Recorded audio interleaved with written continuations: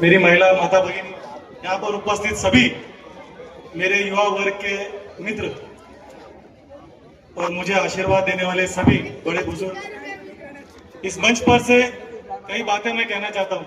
अभी मेरे बड़े भाई ने मुझे एक मौका दिया है, तो उस मौके का पूरा फायदा भी उठाना चाहता हूँ। साहब, बैटिंग करने आया हूँ, 2020 की मैच है, 20 मिनट बाकी है, तो सोचता हूँ छक्के और चौके से ही होनी चाहिए।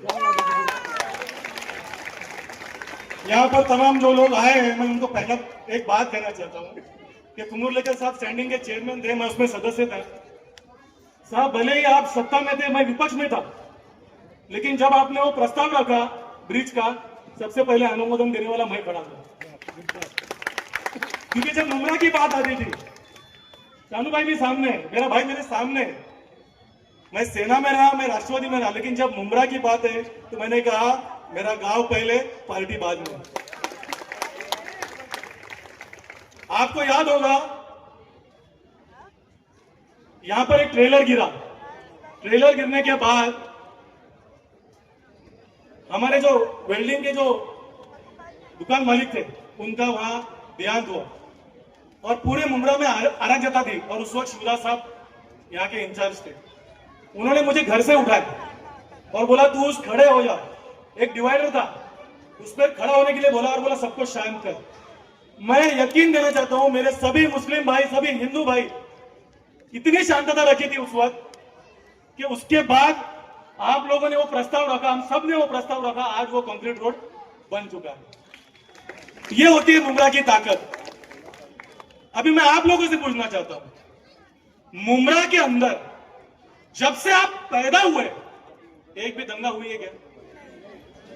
राबड़ी के अंदर आज इस तारीख तक 5 दंगा हुई है और वो किसने करा, ये इतिहास गवाह है।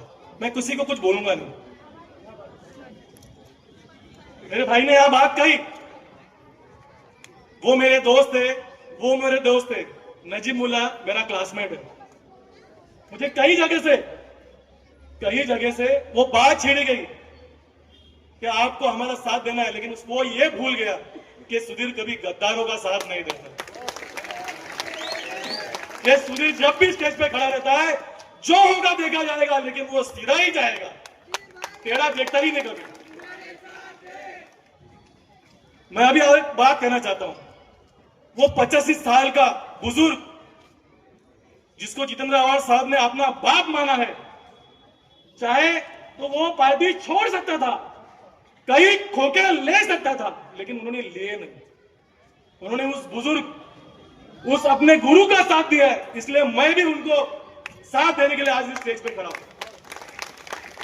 मैं मेरे दोस्त, मेरे मित्र को कहना चाहता हूं कि मेरे भाई, जिस गुरु ने तेरे को इतना बड़ा बनाया, जिस गुरु का हाथ पकड़ करके तू यहां तक आया, आज तू उसके सामने फॉर्म भर ही कैसा सकता है?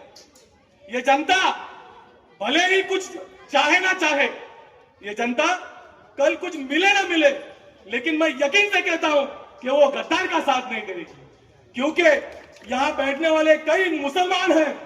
मैं एक बात कहना चाहता हूं, जिसका ईमान मुसलमान है, वो ईमानदार मुसलमान है क्या नहीं? मेरी एक बात और एक गौर से सुनना कि यहां पर एक ऐसा इंसान है जिसको मैं गिरगिट भी नहीं कहता हूं, क्योंकि गिरगिट का अपमान होता है।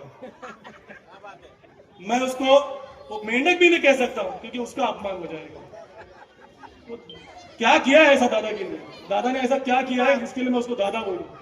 मैं बड़ा भाई बोल देता हूं उसको, क्योंकि मेरे उम्र में बड़ा है, मैं उसको बड़ा भाई बोल दूंगा। लेकिन मेरे भाई से मेरी गुजारिश है कि तू ऐसा क्या करता है कि हर इलेक्शन में तू पाला बदलता है? ऐसा क्या है? क्या ऐसी क्या मिलता है? क्या है? जनता को भी बताओ, हमको भी बताओ कि अवार्ड साहब आए तो अवार्ड साहब के पैर पकड़ने का, शिंदे साहब आए तो शिंदे साहब के पैर पकड़ने का, अभी नजीब मुल्ला आए तो अभी क्या पकड़ रहे, क्या मालूम। ऐसी ऐसी बातें उनकी। ये बंदा इतना झूठा है। ये नवरात्र में मेरे पास आए थे कि हम पैनल बनाएंगे। यकीन करो, मैंने धोखा खाया है, मैं हारा हूं, मरा नहीं हूं, धोखा खाया है इंसान ने। मेरे नवरात्र में मेरी मां के सामने, मेरी देवी के सामने ये कहता है कि हम दोनों पैनल बनाएंगे। गवाही है, तुमको तो पता रहेगा, ये गवाही है कि मुझे कहा उसने पैनल बनाएगा। मैंने कहा चलो इसने जबान दे दी है, जबान का मैं पक्का हूं, आज भी मुझे कोई जबान दे दे मैं जबान के ही साथ चलता हूं। मैं कभी पैसा और ये लालच मेरी, मुझसे उसने कहा कि हम दोनों पैनल बनाएंगे। मैं बोला चलो, रात गई बात गई, ठीक है मेरे बड़े भाई तू बोलता है मैं बात करता हूं। मैं घूमने चला गया, मैं मेरी माँ को मिलने के लिए, मैं हर साल दिसंबर में मेरी माँ से मिलने के लिए वैष्णो देवी जाता हूँ। मैं जहां वहां मैंने टीवी ऑन किया, मैं देखा कि भैया ने पाला बल्ब। अरे रातों रात, अरे जिस माँ के सामने तूने बैठ के कसम खाई, मैं उसके दरबार में, लेकिन मैं झुका नहीं, मैं झुका नहीं, मैं लड़ा। मुझे पता था कि क्या है, लेकिन मैं लड़ा और दम ठोक कर और ताल ठोक करके लड़ा। लड़ा कि नहीं लड़ा? आज मेरे जितने भी लोग हैं, उसके बाद आज मैं इस मंच पे इसलिए हूं, मैं उद्धव बाला साहब ठाकरे आज भी उस पक्ष में हूं। लोगों को मैं ये बताना चाहता हूं, महाविकास आघाड़ी की ये सरकार है और मैं माननीय जितेंद्र आव्हाड साहब का खुले आम से पूरे दिल से प्रचार कर रहा हूं। मैं यहाँ पर मंच पर बैठे हुए तमाम लोगों का ज्यादा वक्त नहीं ले जाता हूं, बोलने के लिए बहुत कुछ है। एक बंदा जो ठाकरे है, आज उसने यूट्यूब पे कहा कि हमारी सरकार आएगी तो हम नमाज के जो भंगे निकाल देंगे। मेरे भाई, मेरे आजू बाजू में 2-2 मस्जिद है, लेकिन कभी भी इसे नौबत नहीं आई।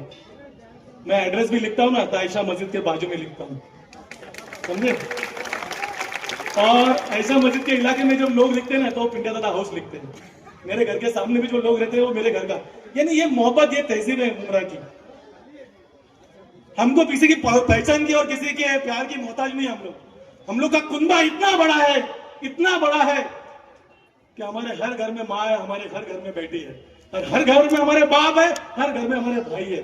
इसी के साथ मैं अपना 2 अल्फाज खत्म करता हूँ। बोलने के लिए बहुत कुछ है, वक्त कम है, फिर भी ये बताना चाहता हूँ कि 1 नंबर का बटन है, तुतारी निशानी है, ये याद रखना। 1 नंबर का बटन है, तुतारी निशानी है। आपका भाई सुधीर, आपसे लड़का, आपका बेटा, आपसे विनती करता हूं कि आव्हाड साहब को भारी मतों से विजयी करिए और यहां से एक मिनिस्टर आपको मिलना तय है। जय हिंद, जय महाराष्ट्र।